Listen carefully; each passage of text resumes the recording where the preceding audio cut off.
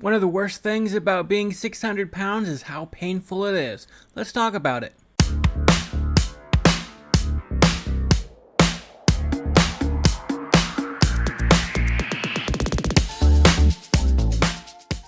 Hey everybody, it's Tony with Big T Bariatric and I'm back at you with another video. Today it is Monday, June 5th, 2023. I hope you're having a wonderful day so far. If you could do me a huge favor, help me get to 6,000 subscribers. I got like 20 left to go. So if you look down and see you're not subscribed to my channel, please hit that button for me. I greatly appreciate it. Thank you very much. So today we're going to do a compilation of my 600 pound life, and we're really just going to talk about how painful it is being 600 pounds or heavier, how limiting it can be to your life, and this should be a warning to all the fat activists and everybody else who acts like being obese is no big deal, because let's face it, this is your future. If you decide you don't want to get help and you're just going to keep eating how you're eating and doing how you're doing, this is what's going to happen to you. And let me tell you, it becomes more and more limiting the bigger that you get. You may be okay right now. You may say, oh, it's okay. You know, I move around a little bit. I still work out. But what happens when you get so big that you can't even work out anymore? That's why caloric restriction is the only way to lose weight, and it's the best way to do it. You can work out as much as you want to, but at some point you're not even going to be able to walk. You're not even going to be able to climb into bed anymore. It's going to be extremely painful and difficult until you get to the point where you're just bedridden, because that's the only way that you're going to be able to live your life. And you're going to need people to cook for you and clean for you and do all these other things that you take for granted right now. Yeah, again, you might be able to do a few of those things right now, but you're lying to yourself. If you could look at your life and see that being obese isn't already claiming parts of your life that you do not want to give up, such as being able to play with your kids or being able to do a basic thing without breathing heavy. Like, those things are already starting, even if you're 50 pounds or 100 pounds overweight. But the bigger you get, the worse it gets. So let's get into this compilation, starting with this first one. 1, 2, 3, 4, 5.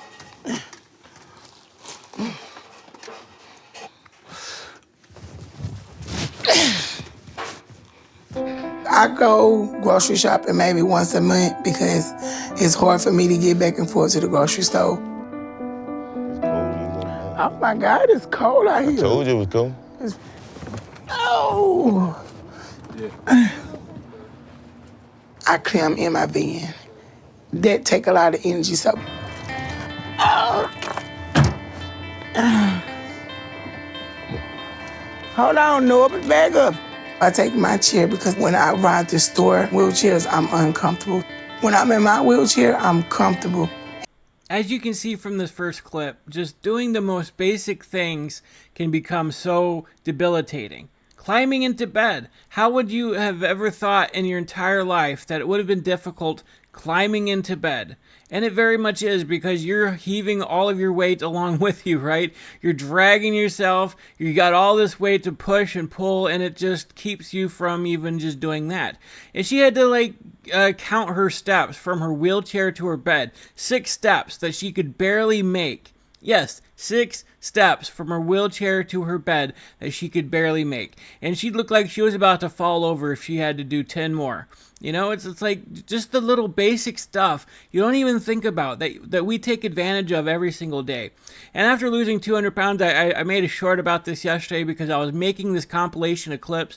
And I'm like, wow, I remember those days.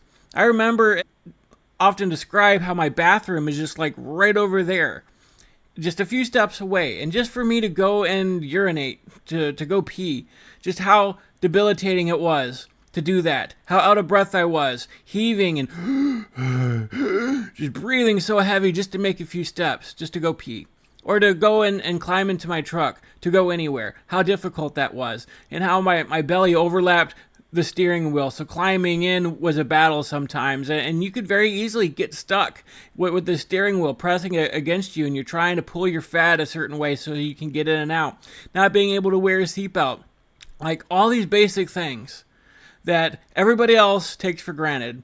When you get that big, you just cannot do it. Like, if I got any bigger I would not even be able to fit in my truck. And there's a story there. Like, there was a time when I was looking for vehicles because I had a Suburban that I was able to fit in, and it was starting to break down. So I went truck shopping. And yeah, let's just say it was just like these clips of this woman going shopping. Like, I'm sure they laughed at me afterward, because I climbed into vehicle after vehicle, trying to see if I can fit, trying to get into the driver's side, trying to get it in, and I just couldn't do it. I was climbing in, and I couldn't fit in every single one. Like, there was one truck that I was trying to go after, but it ended up having engine trouble, so they didn't sell it to me. But they're like, hey, we have all these other vehicles. So imagine these huge lots full of vehicles, and I'm trying in 6, 7, 8 different cars, and I just cannot fit in any one of them. And they send me to a different lot in a different city. They're like, yeah, we have another one up here. Just go up there. You know, it was a 20-minute drive. Go up there. And, you know, they'll have more trucks for you, your size. And so I get up there, and I get in 3 or 4 more of them, and I just cannot fit. Like, that's embarrassing. That's difficult. Now I could probably drive any one of them. And it just is the way it is. Like, being able to do basic stuff is very, very limited, including being able to get into a vehicle. And again, that's the future that the fat activists and people are facing if they don't decide to take their weight loss seriously. Let's go to the next one. Where do I help my family? I'm not. Thank you, honey. All that's falling on Mom. Okay, quick, wait, let's get ready. It's hard to be a father and a husband from a chair. The kids have to enter my world to do anything with me. I can't go out and do anything. If I try to go, I can barely make it. I think I'm a very big burden on my family. She's doing the baths. She's doing the dressing. She's doing the laundry. Wait a minute, Jojo. I'm sitting. I want my dad to lose weight so he can actually be able to play with me outside. That'd be like my ultimate #1 dream. I would be so happy. This one was a really sad one. I mean, this guy couldn't be a husband. He couldn't be a father. He couldn't take care of his family. He couldn't do any of it. The wife was stuck cooking and cleaning and doing the laundry and doing all the stuff, all the parenting, while he was stuck in a chair. And when it came time to spend time together as a family and to go to the park, something else that a lot of families get to do together, he couldn't do. And he was stuck in his truck watching as everybody else had fun. And it was really sad the way the daughter was like, man, it'd be my dream if my dad can lose weight and come play outside with me. And that's one of the things that inspired me to lose weight, because I was there. I did that. I took my nieces, who are my whole world right now until I have my own kids. Like, those girls mean everything to me. And I took them to the park, and guess where I was? I was stuck in my truck in the parking lot watching them have fun and playing it at the playground. So I've been there. I've been in that same spot, and it's really embarrassing and it's really sad not to be able to play with them. And of course, they're always sad, and they're always making comments like, and they called me Uncle No-No because the youngest one couldn't say Tony, so she always said No-No. So ever since then, it stuck. I'm Uncle No-No. But they're like, Uncle No-No, like, we just want you to come play with us. We want you to come outside with us. And, you know, it was a really big deal for them. If you saw my short where I went for a walk and my nieces went with me, like, that was a huge thing for them to be able to go outside and play with me. Like, that was great. And so I do spend a lot more time with them now outside playing and doing things that I couldn't do before. But yeah, that's going to be part of it. Like, if you keep getting bigger, you cannot be a parent. You cannot be a spouse. Like, those things are out the window. You're going to be stuck in your chair, in your vehicle, watching life pass you by as everybody else is doing normal family things. And you can't do any of it. And it's really, really sad. Let's go to the next one. I've tried so many things to get my weight under control. No, this is quite literally my last chance to get the help I need. But right now, I'm so nervous that my heart is just about pounding out of my chest. It takes. I can't let anything stop me. And point at the large woman who can't walk for herself. It's humiliating. And I'm scared out of my mind right now. And I got my scooter and need to pre-board and...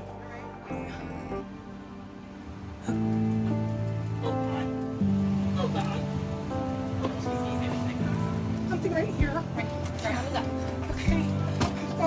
I can't do this. You got this. You got this. You got this. You're in. These clips were really sad as well. I mean, imagine not being able to travel or go to the airport. I mean, you have some fat activists who are trying to make it easier to even fly in a plane, and they're demanding free seats and everything else. But imagine how embarrassing it is to have to wheel yourself into the back of a taxi, get hauled to the airport. You have to back up out of the taxi from the back of it, wheeling yourself through the airport, and everybody's laughing at you and looking at you and everything else. And I know what that's like too, because when I went to the airport, my best friend Steve had to wheel me across the airport, and that was not a good thing. I was embarrassed, it was painful, and it was hard for him as well. But just imagine being too big to even get into the airplane. As soon as you stand up from the wheelchair to have to walk to your seat, because there's no way you're going to be able to wheel to the seat. You're going to have to get up and walk to your seat. But you're so big that you can't even do that. And you're in so much pain taking 2 steps into the plane. So yeah, that's your future. You can fight all you want and demanding your rights and saying it's discrimination that they don't give you extra seats and everything else. But at some point you're going to be too big and too out of control, and your body's going to be in so much pain that walking into the airplane itself is going to be too much for you, and you're going to be there at the mouth of the plane screaming and crying because you can't even get to your seat. That's your future.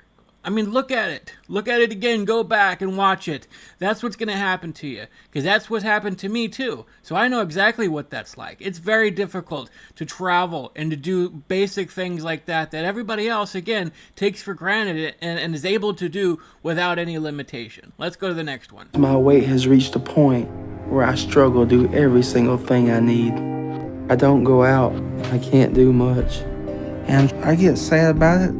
But when I get up, it puts pain all through my whole body. My feet hurt because they're getting stomped into the ground. My legs ache because of the lymphedema, and my knees ache because they're deteriorating. I can stand for maybe 30 seconds to a minute before my knees are shaking and my hips are hurting. And I also start to lose my breath because it's hard for me to breathe now. So I use a bench and I try to clean as much as myself as I can. I know I did not get fully clean. I'm too big. It takes too much for me energy-wise to try to get to everywhere. I know this feeling really, really well because, again, I was talking about how difficult it is to do something basic, such as going to the bathroom or walking out to my truck. Screw trying to cook or standing up on my feet for a certain amount of time. I just couldn't do it.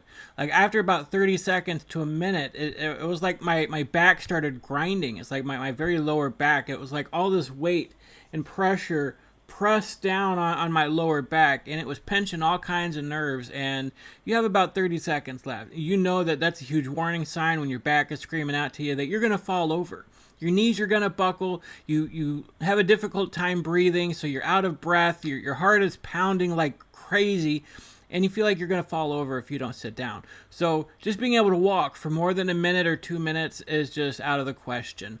I mean, that's a basic thing that most people can do. Walking, doing little things, but much less taking a shower. And you know you can't even reach every single area that you need to reach and clean because you got so much fat, you have so much skin, and there's so many folds and everything else, trying to lift up your fat while scrubbing underneath there and making sure you're clean and hygienic.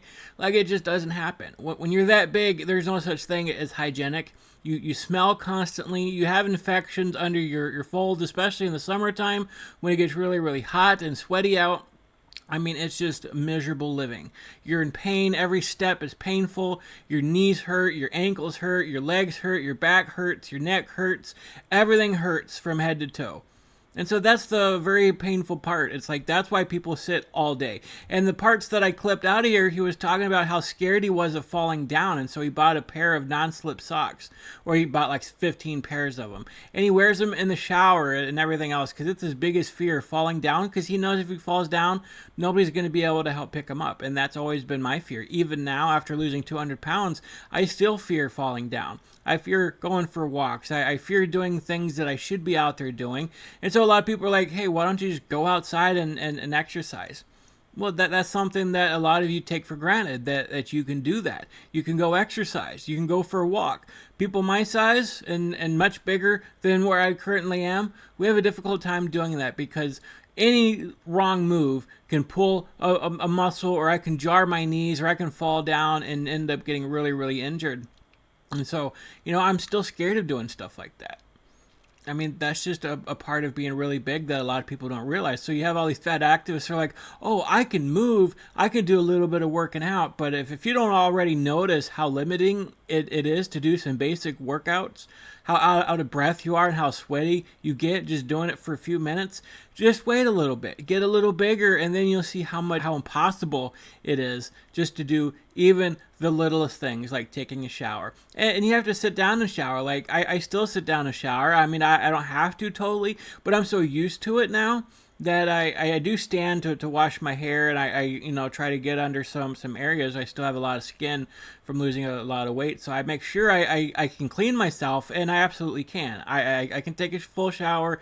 I can get into all my areas now. I do what I need to do, but there's times where I still sit down in the shower because I'm used to it, and it still hurts to stand for 5, 6, 7 minutes and shower. So even losing all that weight, I'm still struggling, and it's getting better. I'm getting stronger. I'm able to do some of that. But again, you don't realize how painful it is. The human body was not meant to carry that amount of weight. It was not at all. All right, so let's go to the next one. Jaden's in the bathroom. Better get him out of there, hon. And my mom doesn't want to have to take care of them all the time either. She only does it so I don't lose them. Jaden. Jade, come here. Please, can you shut the water off and come with mommy? I can't fit in the bathroom door. I can't fit in the bathroom door, Mom. All right, I'll get him. I can't take care of my kids. But there's nothing I can do about it right now. If I wasn't here, Lord only knows what would happen. I'm just sick of this. I need help with these damn kids. And it hurts me that my kids think their grandmother is their mom and that I'm not even a parent. The sad thing here is that you're not a parent. It's impossible at that size to be a spouse or be a husband. And I actually got some flack and some criticism because I said I'm waiting until I'm a smaller size before I really start dating, before I really get into a relationship, before I become a boyfriend, before I can become a husband and a father. And so many people are like, well, why are you waiting? Like, you're just putting off happiness. Tomorrow's not guaranteed, so you should just jump into it and go find a relationship and all that stuff. But looking at this, like, are you kidding me? It's impossible to be a good parent, to be a good spouse when you're this size. Like, this person drove me absolutely crazy. And she's like, well, there's nothing I can do about it right now. Seriously? You don't think it's worth it to lose weight so that you can be a better parent to your kid? That your mom has to come live with you and take care of you and do all the stuff and take care of your own kids? That you can't even fit through the bathroom door? Like, what if there was an emergency? What if your kid did turn the hot water on and was screaming and you're trying to get in there to help them, but you can't even get in? Then your mom has to run and help out. Or what if your kid was out in the street or someone was trying to kidnap him or something? Like, seriously, you don't think that being that big and that size impacted your ability to be a parent? And some of you can't even understand why I'm waiting until I can get to a size where I can be a good spouse and I can be a good parent. I mean, it's just ludicrous to me that some people just do not see it. Even if you're 100 pounds overweight, it dramatically limits your ability to be a good spouse and to be a good parent. You're limited in what you can do and how fast you can respond. So just don't give me that crap anymore. Like, there's a reason why I'm trying to get healthy before I can start my life. All right? So, whatever. That's my video for today. I hope you enjoyed it. Let me know down in the comments what you think. Leave a like, leave a comment, and again, subscribe. Help me get to that 6,000 subscriber mark. I appreciate you guys very, very much. I love you. Hope you have a great day. God bless you.